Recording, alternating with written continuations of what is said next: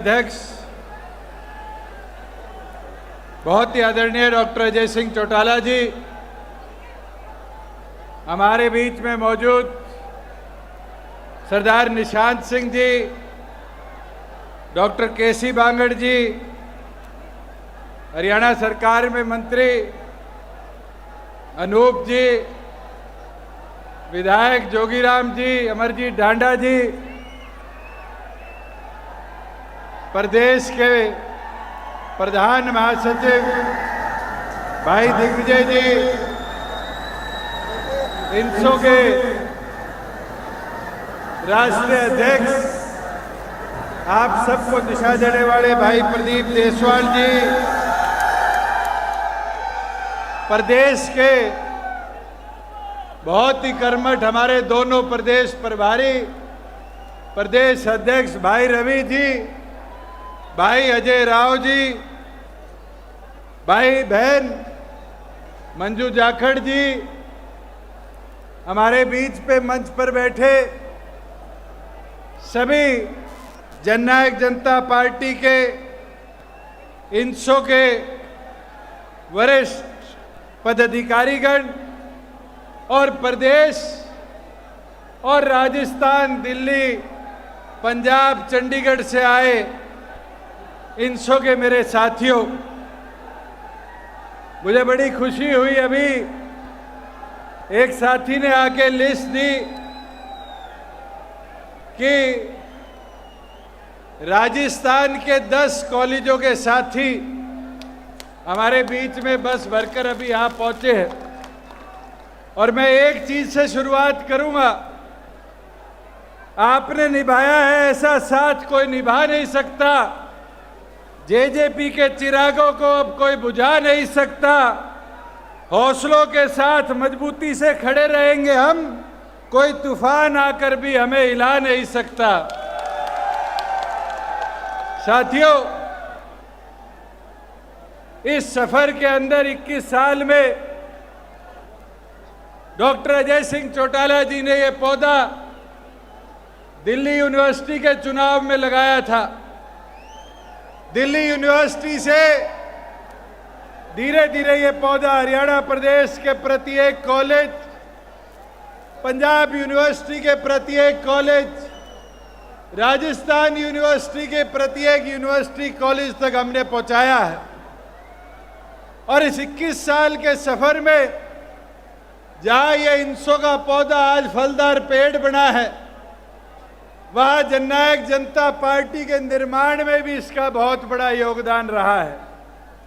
आज मैं इस पंडाल में बैठे कई साथी देख रहा हूं, जैसे प्रदीप कह रहा था, मेरे को पार्टी ने चुनाव लड़ाया।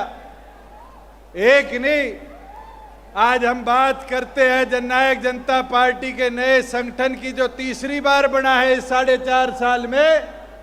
50% से ज्यादा पदाधिकारी आज इंसो के 21 साल के सफर में बढ़कर आए। और मैं ये आज विश्वास के साथ कह सकता हूं कि इस सफर के अंदर एक एक साथी ने जो मेहनत करी कॉलेज में संगठन खड़े करने की, आज की ये नई पीढ़ी जो यहां बैठी है, ये अगले 20-25 साल की नींव हम आज यहां रखकर जा रहे हैं। साथियों, कोई सफर छोटा नहीं होता। एक एक ईंट जोड़े मकान बनता है, और एक बूंद जब मिलती है तो समंदर जैसा विशाल बनता है। आज आपको मेहनत करनी है। और मैं तो आज दिग्विजय सिंह को कहूंगा, ये छात्र हुंकार रैली पे बस नहीं करनी। आपके पड़ोस के राजस्थान के अंदर अब कॉलेजों के, यूनिवर्सिटियों के चुनाव आने वाले हैं इस महीने के अंत तक। ये प्रतीक मेहरिया जी, युवा प्रदेश अध्यक्ष राजस्थान, यहाँ हमारे बीच में बैठे हैं। प्रतीक जी, इस टीम को आह्वान करो कि अगले 25 दिन राजस्थान के एक कॉलेज में जाकर कैंडिडेट उतारने का काम करे, और नवंबर के विधानसभा चुनाव की नींव को और मजबूत करने का काम करो। साथियों, जब घुसेंगे कॉलेजों में, नए योद्धा, नया वोटर आपके साथ जुड़ेगा, तभी जाके तो आपकी पहुंच मजबूत होगी। और मैंने देखा है एक एक वो साथी जो 2007 में मेरे साथ दिल्ली यूनिवर्सिटी में डोर टू डोर किया करता था, आज राजनीतिक तौर पर ही नहीं, राजनीतिक तौर से भी आगे बढ़कर आज हमारे साथी आईएएस आईपीएस है, एचसीएस एचपीएस है, पड़ोस के राज्य में अफसर है, और तो और आज हमारे साथी अलग अलग इंस्टीट्यूट्स के अंदर, इंडस्ट्री के अंदर, कॉरपोरेशंस के अंदर, कॉरपोरेट्स के अंदर अपनी जगह बनाकर बैठे हैं। हमें खुशी होती है। आज ये साथी कहीं दिखे मेरे को, कोई लेक्चरर लगा हुआ है, कोई प्रोफेसर लगा हुआ है, ये इसलिए ही मुमकिन हो पाया कि इनकी आवाज कोई बना, उस आवाज ने संघर्ष किया, संघर्ष करके इनके अधिकारों की लड़ाई को लड़ने का काम किया। मुझे वो दिन भी याद है, इस मंडी से 4 किलोमीटर दूर जब पहली बार छात्र संघ चुनाव की बात आई, मेरा एडमिशन था गुरु जम्बेश्वर यूनिवर्सिटी में। मैंने जाके गेट के ताला लगा दिया, चाहे मैं सांसद था, ये पत्रकार साथी कवर करने आए थे, ताला लगाया। वीसी साहब का दिल्ली आगमन से जहाज पकड़ना था और हमने ताला लगा के कसम खा ली कि अगर रिटर्न एश्योरेंस लेंगे तो वाइस चांसलर से लिखित तौर पे वाइस चांसलर के साइन पे करेंगे। रजिस्ट्रार आया, डीन आया, कहने लग गया कि वीसी साहब तो दिल्ली है। मैं कहा 4 घंटे बैठे रहेंगे, बुला लो, जब आश्वासन दोगे, ज्ञापन के तौर पे लोगे, तभी जाके दरवाजा खोलेंगे। साथियों 4 घंटे बैठना पड़ा और 4 घंटे में वीसी साहब एयरपोर्ट से निकले, ज्ञापन की रिसीविंग पे साइन किया, ईमेल कराकर हमारे पास पहुंचा, जब जाके गुरु जम्बेश्वर यूनिवर्सिटी का ताला खुला। ये दिग्विजय सिंह, जसविंदर खेरा, मंजू, ये 5 लोग इधर भूख हड़ताल पर बैठे। इनमें से तो कोई प्रत्यक्ष अप्रत्यक्ष चुनाव लड़ने के लिए नहीं मैदान में उतरा, अगर उतरा तो ये आपकी आवाज के लिए उतरे।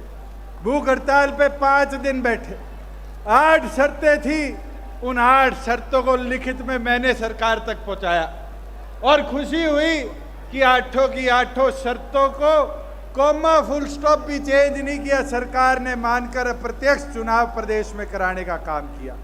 और आज प्रदीप कह रहा था कि चुनाव के लिए परमिशन दे दो।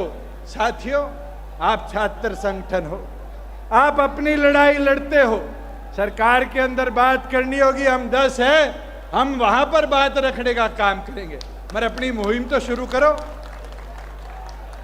आज मुहिम शुरू नहीं होगी तो आपकी बात को पहुंचाने का काम कौन करेगा?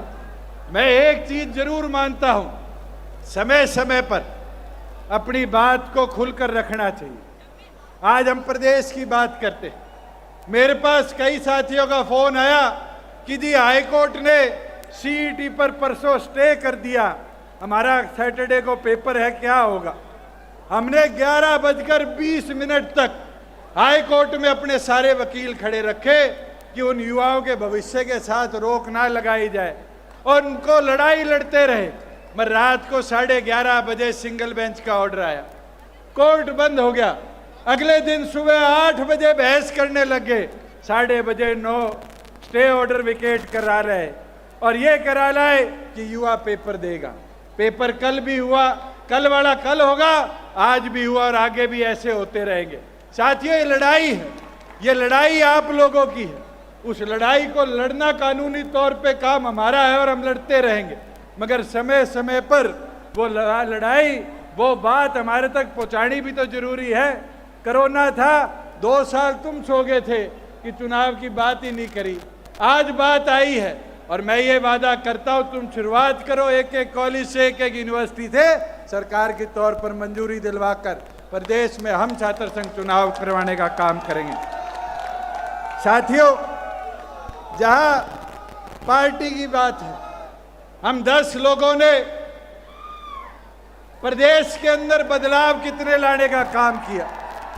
आज हम देखते हैं, आज हम सुनते हैं, आज हम करते हैं। आज कांग्रेस के साथी कहते हैं प्रदेश बर्बाद हो गया। ये हिसार के साथी बैठे, पूछो कितना बड़ा रनवे बन रहा है। देश का सबसे बड़ा अगर कोई एयरपोर्ट बनेगा 7200 एकड़ में, तो हरियाणा के इस हिसार की धरा पर बनेगा। क्या प्रदेश बर्बाद हुआ? हिसार शहर में आप आए हो, जाम की स्थिति थी। इस जाम से निजात मिलाने के लिए 700 करोड़ का एलिवेटेड पुल बनेगा, तो फायदा किसको होगा? हरियाणा प्रदेश के हिसार को। मैंने एक शुरुआत करी थी इसी हिसार से, और उस समय सांसद था, कहता था फाटक मुक्त हरियाणा बनाएंगे, शुरुआत हिसार से करेंगे। आज तथ्यों के साथ कहता हूं, आज एक फाटक रह गया था, उसकी भी 15 दिन पहले मंजूरी आ गई, और देश का पहला जिला होगा जो 100% फाटक रहित होगा। साथियों, नियतों काम करने की तो कोई कमी नहीं रहती। आज उठाकर देखो, 34,000 करोड़ का निवेश प्रदेश में आया।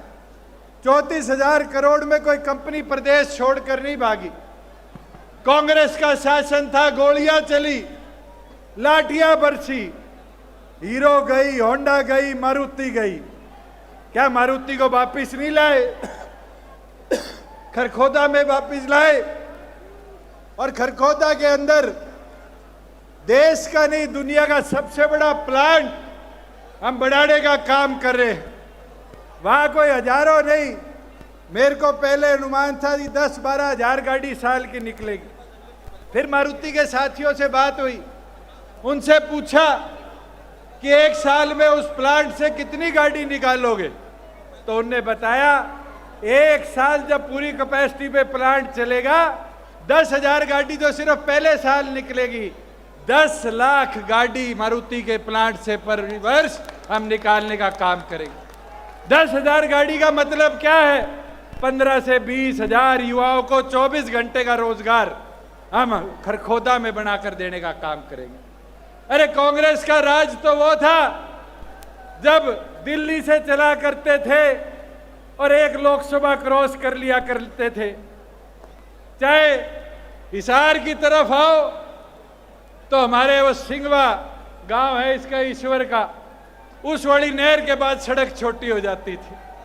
भिवाड़ी जाओ तो भूपेंद्र का गांव है खेरडी मोड़, उस खेरडी मोड़ के बाद सड़क छोटी हो जाती थी। जींद जाओ तो अमरजीत जी के हल्के जुलाना में घुसते ही सड़क छोटी हो जाती थी। और तो और सोनीपत को तो अपना कहते थे। बड़ौदा चले जाओ, आप गुहाना चले जाओ, डॉक्टर साहब बैठे हैं, वो पवन बैठा है, खरखोदा चले जाओ, ऐसा कोई क्षेत्र नहीं था जहां पर सड़क पाकिस्तान इंडिया के बॉर्डर की तरह बंद होकर छोटी हो जाती थी। आज घूम कर देखो, आज घूम कर देखो कहीं हरियाणा में भेदभाव हो। ये साथी कहते हैं, एक विधायक नहीं हरियाणा प्रदेश में जो कहता हो कि 25 करोड़ की सड़कें उसकी विधानसभा में हमने बनवाने का काम नहीं किया। ऐसा कोई विधानसभा का मेंबर नहीं है जो ये आज कहता हो कि हमारे वहां पर 5-5 करोड़ रुपए विधायक के विकास कार्यों के लिए हरियाणा की सरकार ने देने का काम नहीं किया। साथियों, ये नीयत पे है, और नीयत साफ थी। जब मुमकिन हो पाया, हर 3 में से 1 राशन डिपो हमारी बहन को, माता को मिलेगा। नीयत साफ थी। ये मुमकिन हो पाया कि हरियाणा प्रदेश की पंचायतों में हर दूसरा मेंबर, दूसरा सरपंच हरियाणा प्रदेश की एक माता बहन है। साथियों, ये मुमकिन हो पाया जहां CAT के बराबर हमने HTET को करने का काम किया। साथियों, ये मुमकिन हो पाया जो वादा हमारा था कि दूसरे जिले में जाकर HTET का पेपर नहीं देना पड़ेगा, हमने 50 किलो के अंदर अंदर 50 किलोमीटर के अंदर अंदर युवा साथियों के पेपर करवाने का काम किया। अनेक चीज है, एक एक विषय पर अगर चर्चा करें तो बहुत लंबा समय निकल जाएगा। पर साथियों, एक चीज आपको बोल सकता हूं, और बड़े प्यार से बोल सकता हूं। किसी एक अच्छे साथी ने लिखकर भेजी थी, और पढ़ते पढ़ते बड़ा मजा भी आया। अब इसको ये पत्रकार साथी चलाए किसके प्रति ये तो मुझे पता नहीं, पर मैंने एक चीज सीखी है। नकारे हुए लोग, दुत्कारे हुए लोग बैकी बैकी बात करते हैं, हजारों से हारे हुए लोग। साथियों, आज उन लोगों को हम साफ कह सकते हैं कि लोगों ने चुनकर भेजा, और नेक नियत और नेक सोच के साथ उन लोगों की आवाज बनकर विधानसभा के अंदर आप लोगों की लड़ाई करने का काम किया, युवाओं की लड़ाई करने का काम किया। और इसलिए मुमकिन हो पाया कि हरियाणा प्रदेश के अंदर 75% आरक्षण युवाओं के लिए हमने आरक्षित करने का काम किया। और मुझे खुशी है कि वो आरक्षण के ऊपर जो स्टे था उसकी बहस शुरू हो चुकी। पिछले सोमवार मंगलवार को बहस थी और सोमवार से दोबारा बहस शुरू हो जाएगी। और ये मेरा वादा है, इस महीने के अंत तक कानूनी प्रावधान पेच सारे खुलवाकर उस कानून को लागू कर हरियाणा प्रदेश के प्रत्येक रोजगार में 75% हिस्सेदारी आप जैसे बहनों भाइयों के लिए हम लाने का काम करेंगे। और एक चीज जरूर कहना चाहूंगा, दिग्विजय सिंह कह रहे थे कि कई लोग हमें क्या करते थे, कई लोग क्या करते थे, ये तो छोरों का टोल है, ये तो वानर सेना है। और क्या करते थे दादा? मेरे को भी लगता था कि शायद युवाओं का जोश कम हो गया। एक बार ये कैमरे घुमाओ, देखो टंग लिए, चढ़ लिए ऊपर। और ये क्रांति है, ये जोश है जो 2024 की मजबूती लाने का काम करेगा। साथियों, ये हर एक दल के पास नहीं है, ये हर एक संगठन के पास नहीं है। ये जोश और क्रांति अगर किसी के पास है तो डॉक्टर अजय सिंह चौटाला की सोच के पास है, चौधरी देवीलाल के विचारों के पास है। और ये मैं विश्वास डॉक्टर साहब को भी दिलाता हूं कि आपकी ये फौज यहां रुकने वाली नहीं है। ये फौज अब आगे बढ़ती रहेगी। आप समय समय पर हमें दिशा दिखाते रहे, आप समय पर हमें रास्ता दिखाते रहे। और ये विश्वास के साथ कह दूंगा कि प्रदेश और साथ लगते प्रदेशों में तो आपका संगठन मजबूत होगा, आपके विधायक विधानसभा का ताला खोलेंगे। आज मैं आता अखबार पढ़ रहा था गाड़ी में, ये पता नहीं अखबार वाले साथी भी रैली से पहले कार्टून छापते। आता हूँ बोला मैं छापा हुआ था, मैं और दिग्विजय खड़े हैं, चाबी खड़ी है। ये चाबी तो नहीं हुई, ताला खोलेगी। मैं खुल के कह दूंगा, ताला तो चाबी खोलेगी। साथियों, बस चाबी को घर घर पहुंचा दो। एक एक साथी लग के अगले 1.5 साल मेहनत कर लो। एक एक नए युवा को जोड़ने का काम करो, उनकी आवाज बनो, उनके संघर्ष में साथ खड़े रहो।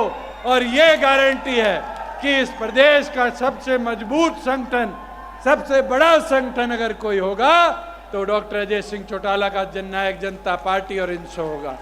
पर आपको इसके प्रति काम करना पड़ेगा। एक अंत में कहना चाहूंगा, कई साथी हमारा भाईचारा खराब करने का भी प्रयास करते हैं। समय समय पर ये दिखाना चाहते हैं कि हमारा भाईचारा कमजोर हो जाए, हम बट जाए, हम टूट जाए।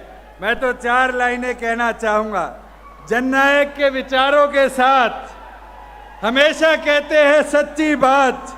जोर से हाथ उठाकर बोलो, जय हरियाणा, जय मेवात। साथियों, उनके साथ एक एक साथी खड़ा है। मैं दोबारा पढ़ देता हूं। जननायक के विचारों के साथ हमेशा कहते हैं सच्ची बात। जोर से हाथ उठाकर बोलो, जय हरियाणा, जय मेवात। साथियों, आज हमें खड़ा होना पड़ेगा और ऐसे लोग जो हमारा अमन चैन भाईचारा तोड़ते हैं उनको जवाब देना होगा। और मजबूती से खड़ा होकर दोगे तो ये विश्वास है कि चौधरी देवीलाल ने 1967 में जो ये हरियाणा रूपी पौध पैदा लगाया था, आज देश की अर्थव्यवस्था पे 3रे नंबर पर है। आज देश की अर्थव्यवस्था पे 3रे नंबर पर है। 10% फौज में हम जवान भेजते हैं। साथियों, आज ये मुमकिन हो पाया है तो सिर्फ आप जैसे कर्मठ साथियों और लोगों की वजह से हो पाया है। मैं तो इसी के साथ आप सब यहाँ आए, आप सबका आभार व्यक्त करता हूँ। बहुत बहुत धन्यवाद। भाई दुष्यंत चौटाला जिंदाबाद।